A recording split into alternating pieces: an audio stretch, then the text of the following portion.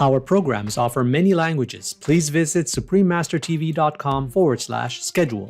Nos programmes offrent plusieurs langues. Veuillez visiter suprememastertv.com/schedule. Nuestros programas ofrecen varios idiomas. Visiten suprememastertv.com/schedule. 我们的节目提供多种语言，请看 suprememastertv.com/schedule。Green Gazelles really is that platform to show maybe the sporting community or rugby community that, you can still play rugby, a real manly sport, and still care for animals, and also, maximize your performance through what you're eating. Green Gazelles, the world's first vegan rugby team, part 2 of 2. Continue watching to find out more.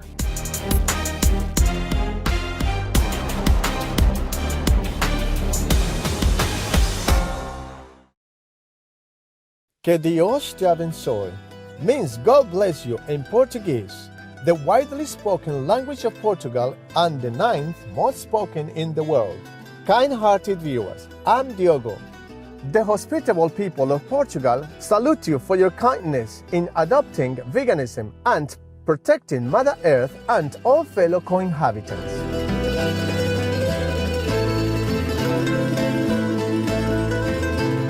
Portugal is not only ranked as the 3rd safest country in the world by the Global Peace Index, but it is also the quintessence of diversity with pleasant year-round weather, friendly locals, charming castles, ancient history, pristine beaches, and a lively metropolitan capital with a spectacular hilltop vistas. The most celebrated site in Portugal is the Sanctuary of Fatima, where 3 children reported having visions of the Virgin Mary in 1917, which resulted in the area becoming a renowned miracle site for Catholic pilgrims.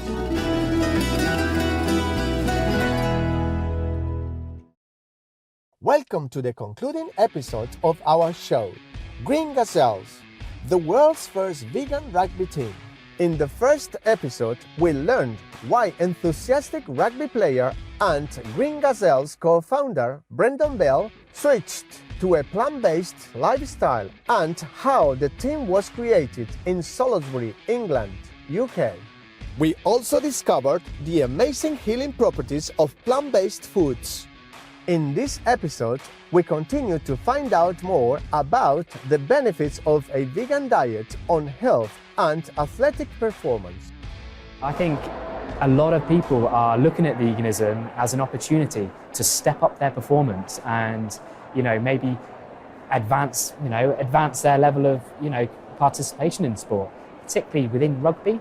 The amount of people who might not necessarily speak about it in front of the whole team, they come to me separately and go, Brendan, how are you doing this?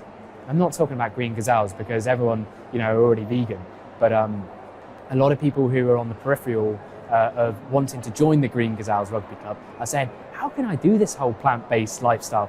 And it's, you mentor them and say, look, eat this, do this. And, within weeks you get messages back saying, I'm loving it, I feel great, when can I join? And it's, so for me, like deep down, yeah, it's incredible. Let's hear which foods Brendan likes best and would recommend to someone planning to switch to a vegan diet. A lot of people go, oh, well, what do you have for breakfast? I'm like, well, you can have your Weetabix still. Probably my favourite breakfast is porridge. I love having porridge, bit of cinnamon, bananas, chuck some blueberries on. A lot of people, pay for exterior improvements, but what about interior? What's going on inside? So I think paying a little bit of time to focusing on what you put inside you is really important, genuinely. And it heals, just from eating plant-based foods, you heal yourself on, and you feel better. So I encourage people, just give it a go. What are Brendan's thoughts on dietary supplements and would he recommend them? A big thing that I say to the guys looking to join Green Gazelles is get blood work done. So before taking loads of protein powders, which it costs a lot of money, just check if you need it. And it's like any supplement. You might not necessarily need to supplement it because you might already be at a good level. So blood work done, and then see what your levels are like. Fabulous viewers, we'll now pause for a brief message. Please stay tuned to Supreme Master Television.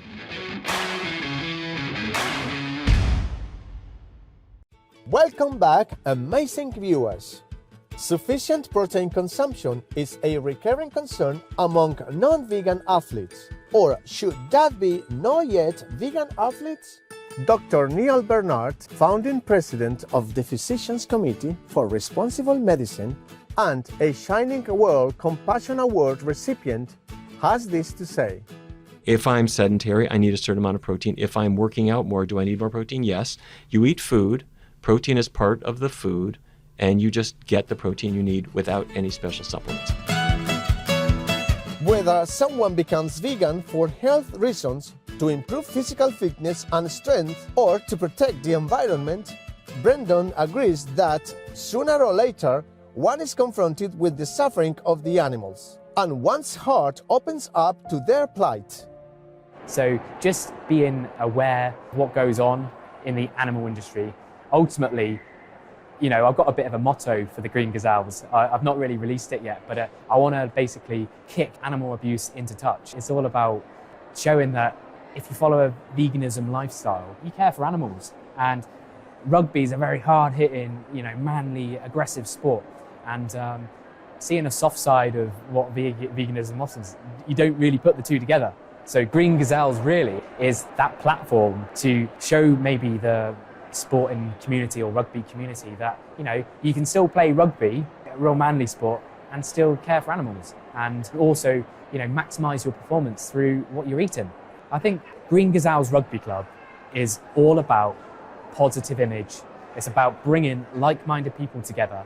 And it's about showcasing, athletes who follow a plant-based lifestyle on the rugby pitch, which I believe a lot of rugby teams out there will see a vegan rugby club and their perception will be a bunch of tiny people who have brittle bones and are going to be broken.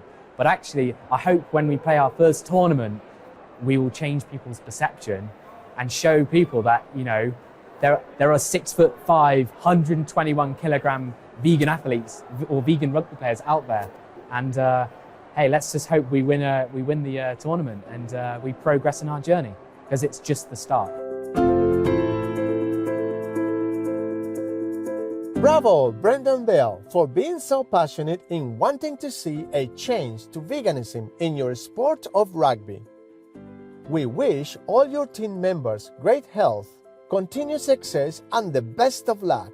May heavens ever bless your team and your noble endeavors be fruitful.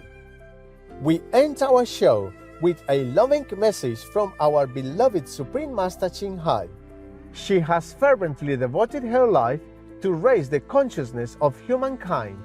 Master promotes veganism to help make our planet a heaven for all God's beautiful animals.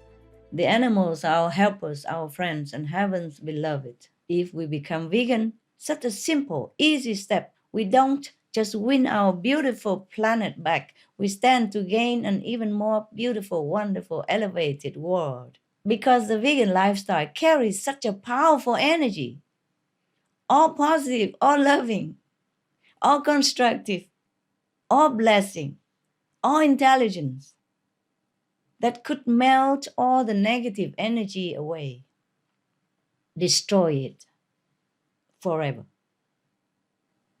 and neutralize the destructive forces in our environment and in our lives in the shortest time that you could imagine.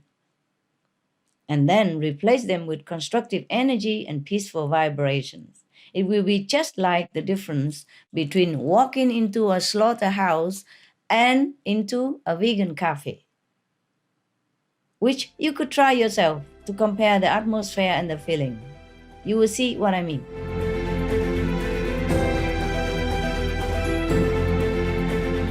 Happy viewers, thank you for your presence for today's program.